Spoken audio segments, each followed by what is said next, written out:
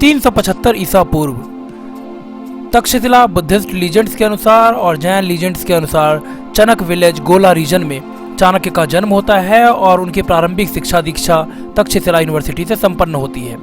इसके बाद धनानंद जो है वो मगध में राजा होता है और पूरे मगध पे उसका जो क्रूरता है वो वर्णित होता है, पूरा ये फैला होता है उसकी क्रूरता के बारे में, धनानंद के बारे में। और धनानंद ने क्या किया कि चाणक्य के जो पिता होते हैं चनक, उसके सिर को काट करके वो लटका देता है।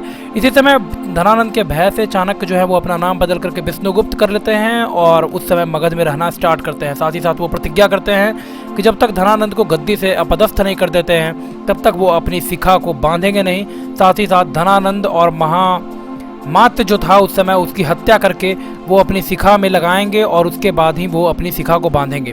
फाइनली चंद्रगुप्त मौर्य मगध का राजा बना, धनानंद की हत्या हुई और चंद्रगुप्त मौर्य का पुत्र होता है बिंदुसार।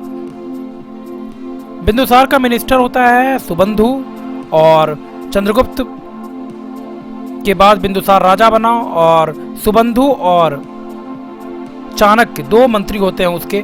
सुबंधु जो था वो चाणक्य से बहुत ज़्यादा जलता था और वो बिल्कुल भी ये पसंद नहीं करता था कि किसी भी तरह का हस्तक्षेप एडमिनिस्ट्रेशन में चाणक्य का हो। फाइनली सुबंधु क्या करता है, एक दिन डिस्क्लोज कर देता है बिंदुसार को कि चाणक्य ही वो व्यक्ति है जो रिस्पॉन्सिबल है बिंदुसार की माता की हत्या का। इस बात को बिंदुसार जो है वो वेरीफाई करता है नर्सेज से और फाइनली ये कहानी जो है वो ट्रू पाता है वो। और लेकिन बिंदुसार को उस समय पूरी कहानी नहीं बताई जाती है, जिसके कारण से वो क्या करता है, बिंदुसार जो है पूरा गुस्सा में आ जाता है और फाइनली जब चाणक्य को ये पता चलता है कि उसके कारण से जो राजा है बिंदुसार वो गुस्से में है, तो वो अपनी सारी संपत्ति को जो पुअर पीपल हैं, ऑर्फन्स हैं और विडोज हैं उनमें बांट करके वो फाइनली जो है वो राज्य को त्याग देता है और खाना पीना छोड़ देते हैं उसके बाद वो। और साथ ही साथ एक डंग हीप यानी गोबर का पूरा एक वो बना होता है उपला और उसके ऊपर जा करके वो बैठ जाते हैं खाना पीना छोड़ करके। बाद में बिंदुसार को जब पूरी कहानी पता चलती है नर्सेस के द्वारा तो और वो कहानी ये होता है कि चाणक्य के द्वारा चंद्रगुप्त मौर्य जो कि उसके पिता हैं बिंदुसार के, उसको हल्का पॉइजन दिया जा रहा था, इसलिए ताकि जब कोई दुश्मन उनको पॉइजन दे तो उसका असर उनके ऊपर ना हो। इसी कारण से वो हल्का हल्का पॉइजन डेली देता था चंद्रगुप्त मौर्य को।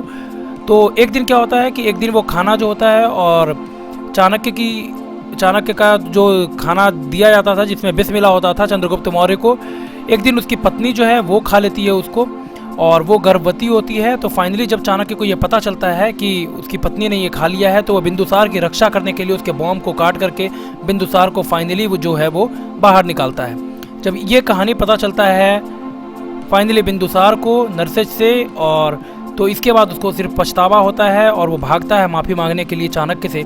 लेकिन चाणक्य ने डिनाई कर दिया हर चीज़ को, चाणक्य का वैसे भी उम्र हो चुका था तो फाइनली उनको छोड़ना था ही सब कुछ। तो इसके बाद क्या होता है कि चाणक्य जो है वो खाना पीना छोड़ देते हैं। एक तो थियोरी ये है कि वो खाना पीना छोड़ते हैं जिसके कारण से फास्टिंग के दौरान ही उनका जो है डेथ होता है, और दूसरा थ्योरी ये है कि इस समय भी सुबंधु ये नहीं चाहता था कि किसी भी तरह से जब बिंदुसार मनाने जाता है तो वो ये नहीं चाहता है कि चाणक्य जो है वो किसी भी हाल में वापस लौटे राज्य में। तो इस कारण से सुबंधु क्या करता है कि एक चारकोल जो है वो जो डंग पे बैठे होते हैं तो उसमें क्या करता है कि वो चारकोल को फेंक देता है और पूरे के पूरे जो डंग हिप था उसमें वो आग लगा देता है और फाइनली चाणक्य की मृत्यु हो जाती है उस डंग हिप के ऊपर बैठने के कारण, उसमें जो आग लगा उसके कारण से। तो दो थियरी है, पहला तो ये कि फास्टिंग के द्वारा उनका डेथ होता है और दूसरा ये कि सुबंधु ने उनकी हत्या कर दी थी। फाइनली बाद में पता चलता है बिंदुसार को तो सुबंधु को भी एग्जीक्यूट किया जाता है और फाइनली उसकी भी हत्या होती है। तो चाणक्य की मृत्यु इस प्रकार होती है। उम्मीद करता हूँ वीडियो आपके लिए बेनिफिशियल रहा होगा और इस तरह के और वीडियोज और अपडेट्स के लिए हमारे चैनल से जुड़िए, हमारे चैनल को सब्सक्राइब कीजिए। धन्यवाद।